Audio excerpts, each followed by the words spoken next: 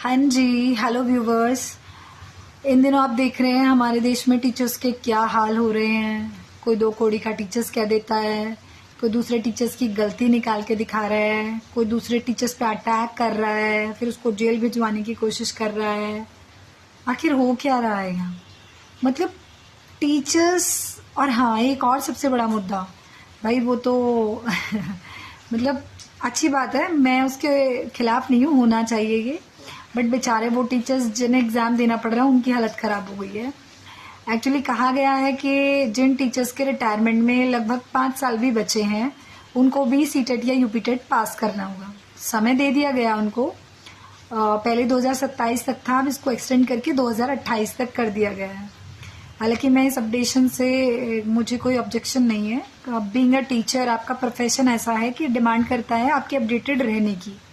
Teacher बनके आप बस वही फिक्स सिलेबस नहीं पढ़ाएंगे, समय के अनुसार सब चीज़ें बदल रही हैं। अब एआई का ज़माना है, इंटरनेट के थ्रू सब कनेक्ट हो रहे हैं, स्मार्ट बोर्ड पे सब पढ़ा रहे हैं। तो आपको ये नहीं लगना चाहिए कि हाँ हमने बस उस टाइम पहले 2011 से पहले अगर जॉब पाली थी तो अब हम फ्री हो गए हैं और निश्चिंत हो गए हैं कि हाँ हमारी जॉब कोई नहीं ले सकता है। क्योंकि जो अपडेटेड टीचर्स हैं जो घर पे बैठे, उन्हें मौका तभी मिलेगा, और ये ज़रूरी भी है। अगर हम हर चीज़ में अपडेशन ला रहे हैं तो हर प्रोफेशन में लाना चाहिए। बट हाँ, एक चीज़ मैंने सुनी इसके लिए, teachers is they are comparing कि वो एक दरोगा को 55 साल में दौड़वा के दिखाइए तो हम माने। भाई दरोगा से कंपेयर मत करिए अपने आप को, उसका वो काम नहीं है। दरोगा के अंडर में इतने कांस्टेबल रहते हैं कि वो खुद नहीं दौड़ेगा, उन्हें दौड़ा देगा। लेकिन आप अपनी जगह अकेले हैं, आपका सब्जेक्ट आप पढ़ाएंगे, आपका कोई असिस्टेंट नहीं जाएगा आपकी जगह पढ़ाने के लिए। और दूसरी बात ये कि teaching is a pious profession. इस प्रोफेशन में आप किसी के साथ भी कंपेयर नहीं कर सकते, क्योंकि आप एक बच्चे का निर्माण कर रहे हैं। एक बच्चा आपके पास जो एजुकेशन, जो शिक्षा लेने आया है, आपका पूरा पूरा कर्तव्य बनता है कि आपको सही जानकारी, सटीक और अपडेटेड। अभी अगर हम बात करें, हमारे सिलेबस में कितने चेंजेस हो गए। अभी एनसीईआरटी ने रिसेंटली 9th क्लास में भी चेंज किया है, लास्ट ईयर भी कई सब्जेक्ट्स में चेंजेस किए गए थे। तो टीचर्स का तो अपडेटेड रहना बहुत बहुत बहुत इम्पॉर्टेंट है। बाकी आप नेताओं से या पुलिस वालों से अपना कंपेयर मत करिए, सबका अपना अपना काम है।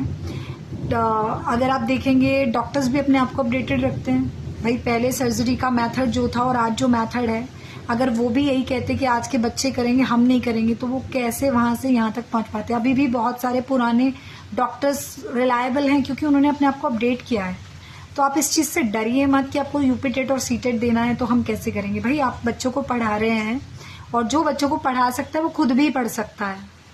ठीक है, अपने आप में मेहनत करिए और पास करिए। या फिर उस टाइम पे आपने वो नौकरी कैसे पाली थी, उस टाइम पे इजी था नौकरी पाना। अब हम इतना कंपटीशन कर रहे हैं, इतने एग्जाम क्वालिफाई कर रहे हैं, यूपीटेट, उसके बाद सुपर टेट, उसके बाद फिर एकेडमिक मेरिट, तब जाके हमारे नंबर आ रहे हैं। तो आपको भी अपने आप को अपडेट करना चाहिए, और अगर आप नहीं कर पा रहे हैं तो सॉरी टू से, आपको फिर रहने का वहाँ कोई हक नहीं है, ताकि फिर जो आने वाली जनरेशन है, जो बेरोजगारी देश में, उन लोगों को मौका मिलना चाहिए। और कोई बात नहीं, आपने अभी 55 साल तक अगर अपना गवर्नमेंट जॉब में सर्विसेज दी हैं तो आपने काफ़ी अर्निंग वहाँ से कर लिए। बाकी अगर आप नहीं है उस लायक तो फिर निकल जाइए, जो लायक है उनको आने दीजिए। क्योंकि हमारा मकसद सिर्फ एक नौकरी पाना नहीं है, इस प्रोफेशन को भी हमें प्रूव करना है कि हाँ एक टीचर है, वो बच्चे को पढ़ा सकता है तो खुद भी पढ़ सकता है। उसके लिए कोई भी, हाँ मैं ये मान सकती हूँ कि उसका कोई सब्जेक्ट वीक हो सकता है। अगर हम बात करें यूपीटेट की, जो प्राइमरी में है 5 सब्जेक्ट है, आपका हो सकता है 2 या 3 पे कमांड अच्छी हो, 1 पे ना हो।